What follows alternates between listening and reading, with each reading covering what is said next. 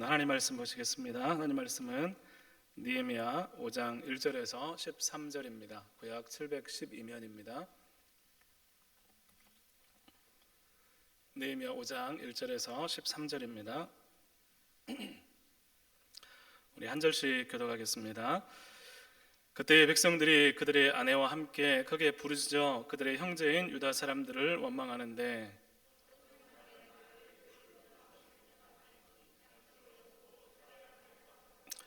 어떤 사람은 말하기를 우리가 밭과 포도원과 집이라도 저당 잡히고 이 흉년의 곡식을 얻자 하고,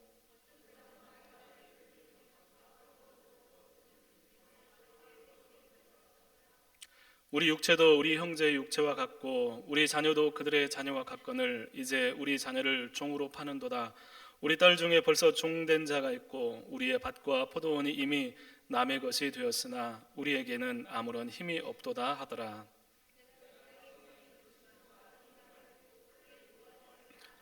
깊이 생각하고 귀족들과 민장들을 꾸짖어 그들에게 이르기를 너희가 각기 형제에게 높은 이절을 취하는도다 하고 대회를 열고 그들을 쳐서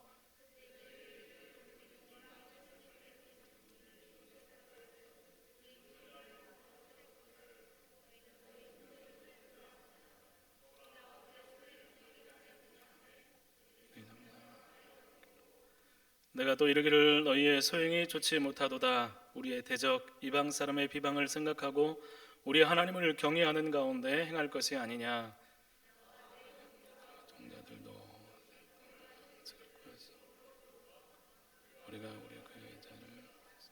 그런즉 너희는 그들에게 오늘이라도 그들의 밭과 포도원과 감람원과 집이며 너희가 구워준 돈이나 양식이나 새 포도주나 기름의 100분의 1을 돌려보내라 하였더니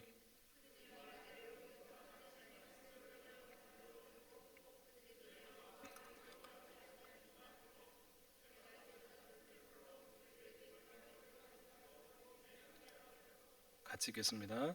내가 옷자락을 털며 이르기를 이 말대로 행하지 아니하는 자는 모두 하나님이 이와 같이 그 집과 산업에서 털어버리시니 그는 곧 이렇게 털려서 빈손이 될지로다 하매 회중이 다 아멘하고 여호와를 찬송하고 백성들이 그 말한 대로 행하였느니라.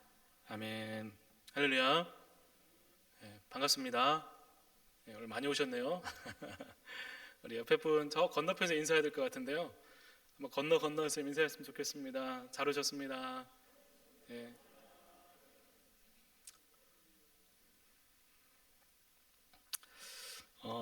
아프리카 오지의 황폐한 시골을 어떤 세 사람이 여행하고 있었다고 합니다. 그런데 그 마차를 타고 가던 중에 땅에 떨어져 있는 이상한 양피지를 발견했습니다. 그 양피지를 붙들고 사람들이 보면서 이제 생각을 합니다. 첫 번째 사람은 화학자였는데 양피지를 보면서 이 양피지에 있는 사용되는 이 화학약품을 보고는 이 정교한 솜씨에 감탄하면서 대단하면서 탄성을 자아냈습니다.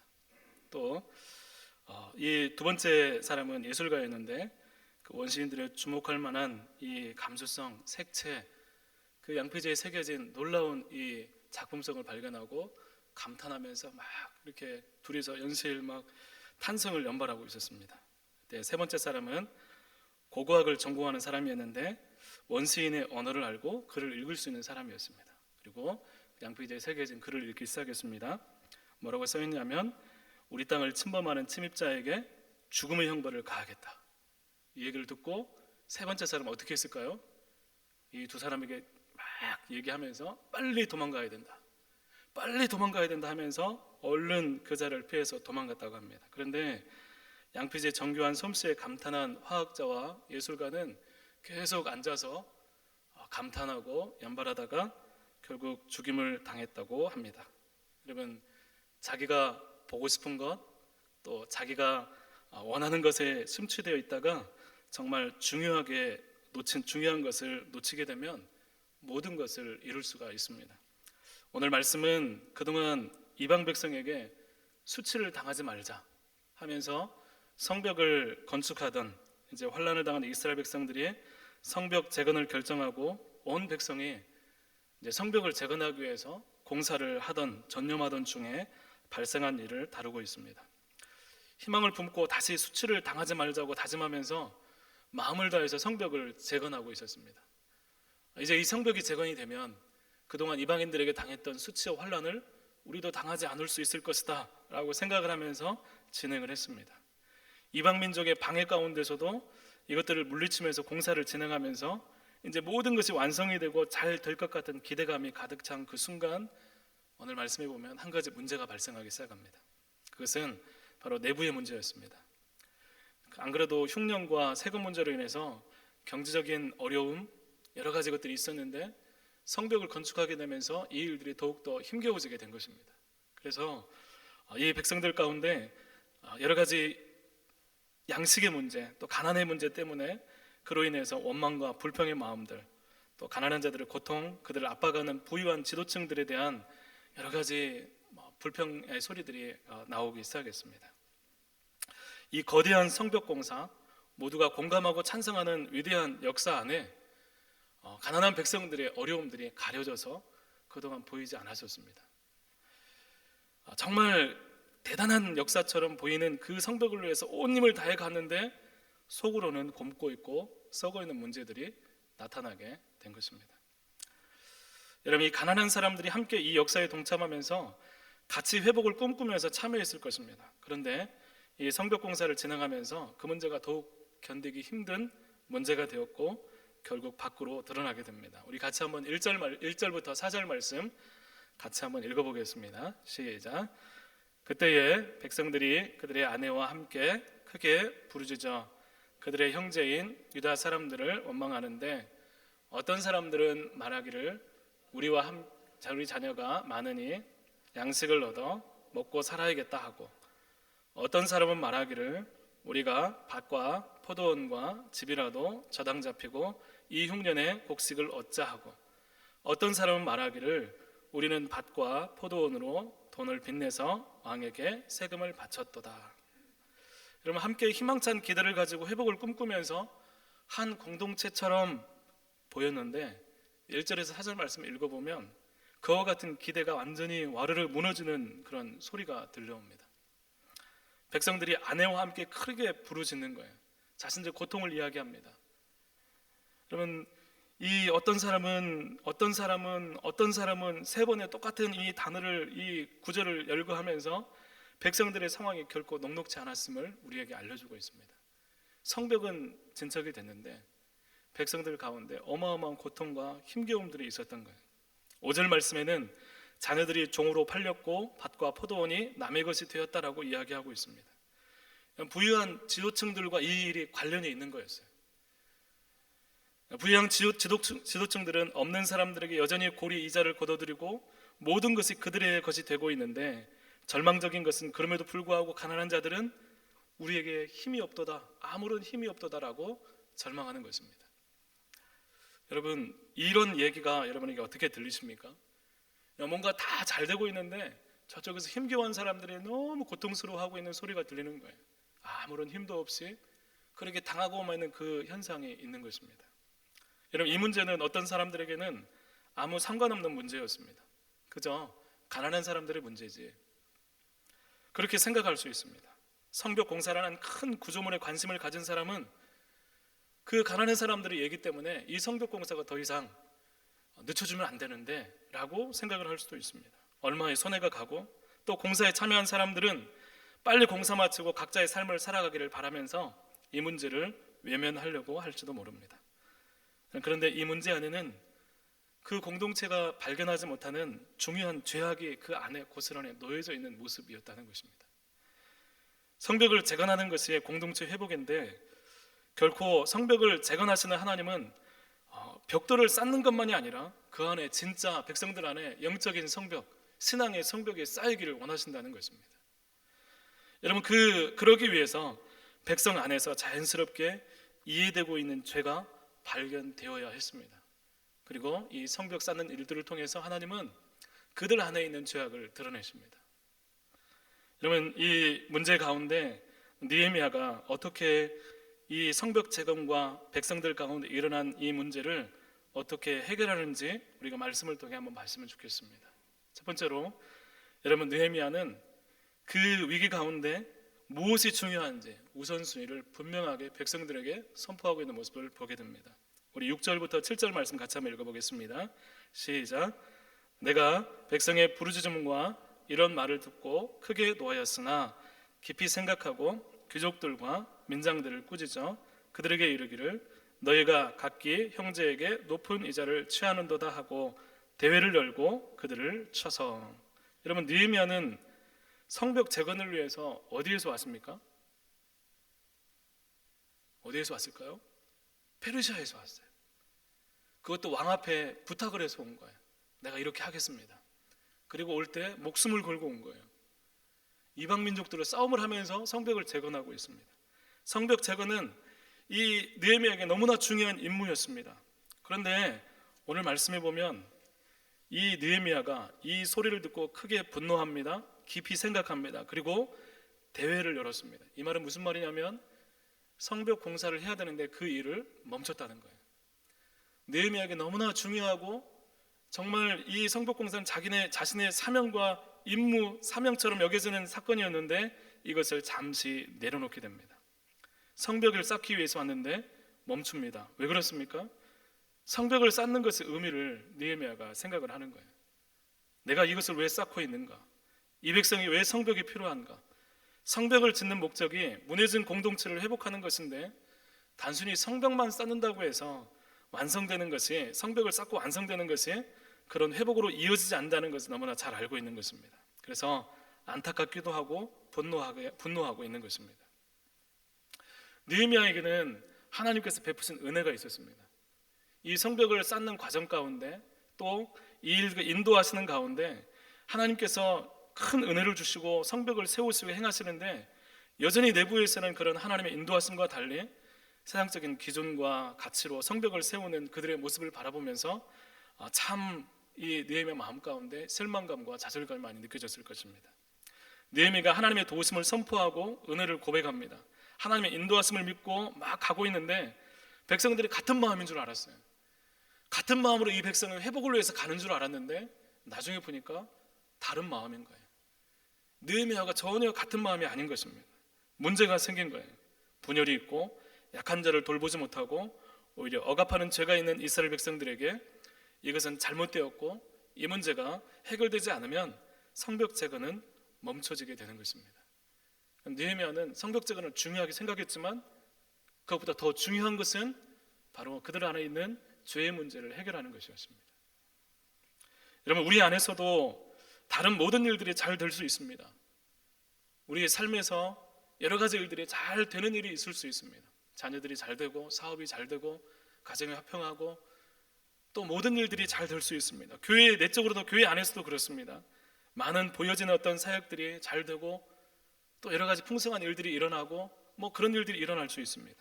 뭔가 대단한 일들이 일어날 수 있습니다. 그런데 우리 안에 정말로 신앙의 문제가, 하나님과 관계 가운데 문제가 생기고 죄악이 우리 삶에 자리하고 하나님이 더 이상 저 멀리 계셔서 우리 가운데 경험되지 않는다면 여러분, 우리는 멈춰야 합니다. 그것이 어떤 일이든지 멈추고 우리 다시 한번 생각을 해봐야 됩니다. 그리고 이런 모습들에 대해서 다시 한번 분노하고 회복을 위해서 가장 중요한 것이 무엇인지 생각하고 그 일을 먼저 하는 일이 우리 가운데 필요하다는 것입니다. 그렇지 않으면 결국 성벽은 재건되어도 결코 회복은 경험하지 못하고 이후 영적인 부흥은 임하지 못하게 되는 것입니다.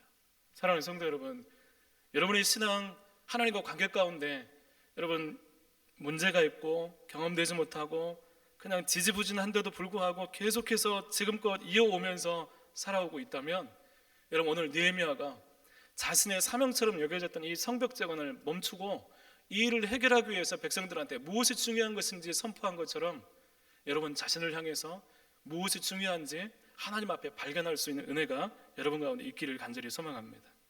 여러분, 우리는 시간을 잘 내지 못합니다.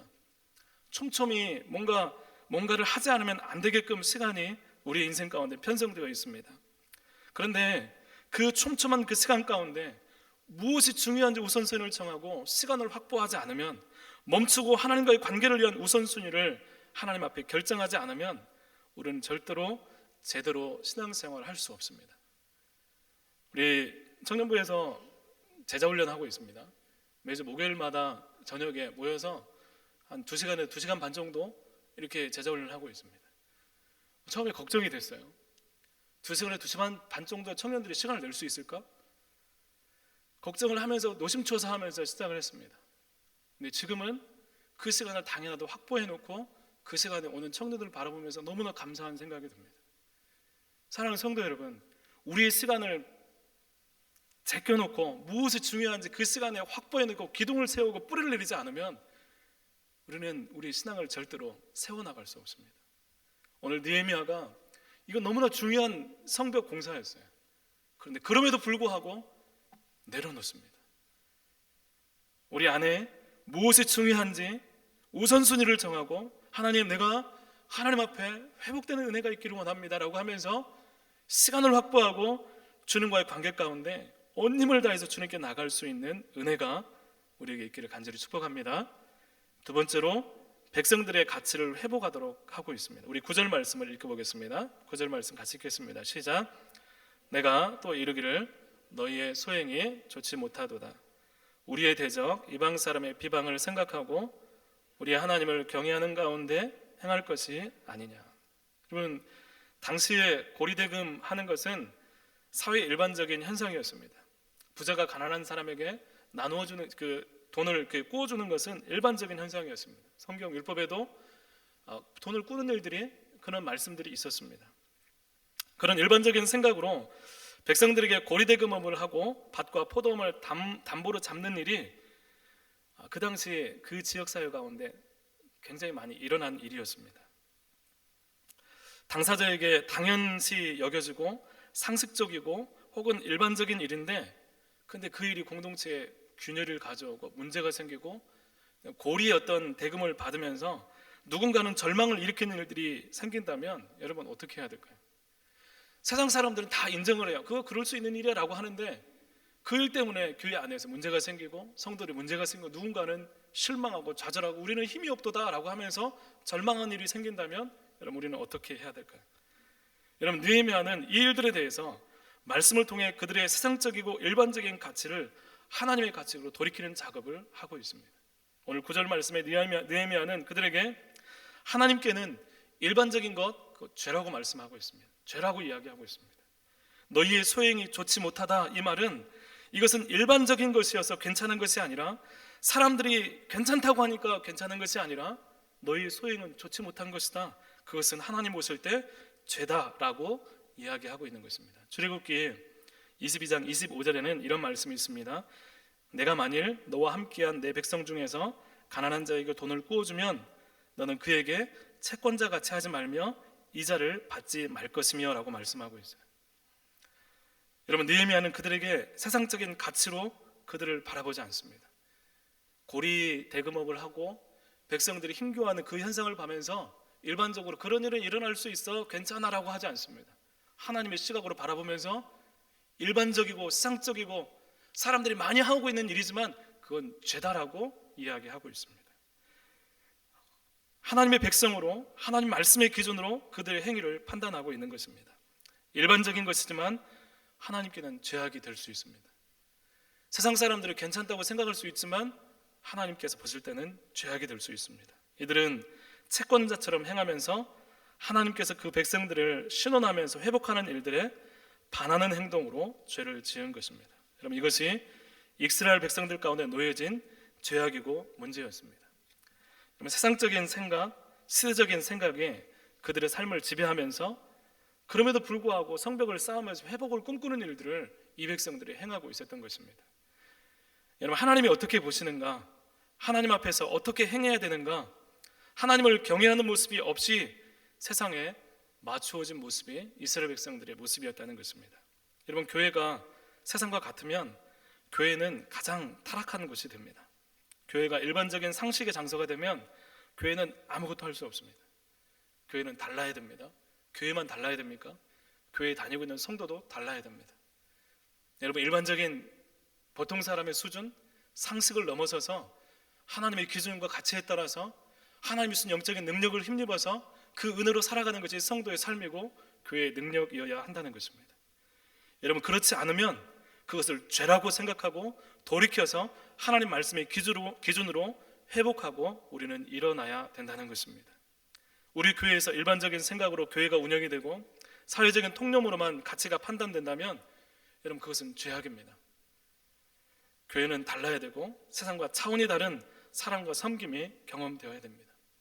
여러분 우리 안에서 어떤 모습으로 사람들에게 다가가고 우리는 어떤 마음으로 이 교회 가운데 신앙생활을 하고 있는지 우리 자신을 돌아보았으면 좋겠습니다. 과연 하나님 말씀에 입각해서 하나님의 기준에 따라서 사람들을 대하고 또 사람들을 환영하고 사람들을 사랑하고 품고 기도하고 있는가? 아니면 내 기준과 상식에 따라서 일반적인 수준에서 그렇게 그냥 욕을 먹지 않는 정도만 하고 있는지 우리가 한번 생각해 봤으면 좋겠습니다. 세상이 다 그래도 교회는 안 그래야 되고 그것이 교회이고 그래야 하나님이 경험됩니다. 세상에 갇혀서 하나님의 회복이 무엇인지 발견하지 못하면 망하는 것입니다. 로마서 12장 2절에는 너희는 이 세대를 본받지 말고 오직 마음을 새롭게 함으로 변화를 받으라고 말씀하고 있습니다. 그럼 이 세대에 갇힌 교회는 방황할 수밖에 없습니다. 왜냐하면 방법을 모르기 때문이에요. 이 시대에 갇히면 하나님이 안 보입니다. 이 시대의 생각에 갇히게 되면 하나님 말씀이 능력이 없는 것처럼 생각이 돼요. 하나님 말씀대로 살아가는 것이 바보처럼 생각이 됩니다. 죄를 짓는지도 모른 채 죄를 쌓아갑니다. 회복을 부르짖지만 진짜 회복은 경험하지 못합니다. 사랑하는 성도 여러분, 몸부림칠 수 있기를 바랍니다.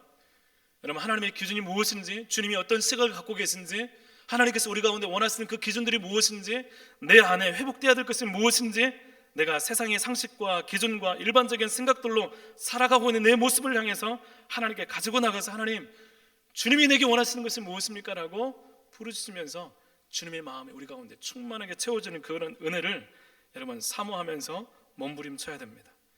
세상에 갇히지 않기 위해서, 하나님의 마음을 품기 위해서 인내하면서 하나님을 찾아야 됩니다.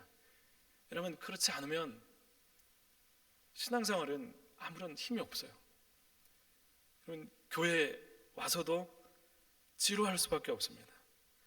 여러분 우리 교회에 오셔서 신앙생활 하면서 많은 것들을 해나가면서 일반적인 수준이 아니라, 일반적인 상식적인 수준이 아니라 정말 성령의 충만한 가운데 하나님의 기준으로 힘입어서 우리가 사람들을 또 세상을 향해서 하나님의 놀라운 사랑을, 그 은혜를, 능력을 선포할 수 있는 여러분의 삶이 될 수 있기를 바랍니다. 하나님 말씀을 통해 세상의 기준이 하나님의 기준으로 변화되기를 바랍니다. 예수 그리스도를 의지하면서 우리의 마음을 새롭게 함으로 오늘도 우리 안에 하나님께서 새 일을 행하실 수 있는 믿음을 가지고, 주님 내 마음이 지금 세상과 같아져 있습니다. 내가 지금 세상과 다른 게 없습니다. 하나님의 뜻이 무엇인지 발견할 수 없습니다. 이 모습을 가지고 하나님께 기도하면서 새롭게 해달라고 간구하면서 하나님이 진정으로 기뻐하시는 뜻이 무엇인지 분별할 수 있는 삶을 통해 우리 함께 부흥을 경험할 수 있는 우리 모든 성도들 될 수 있기를 간절히 소망합니다. 함께 같이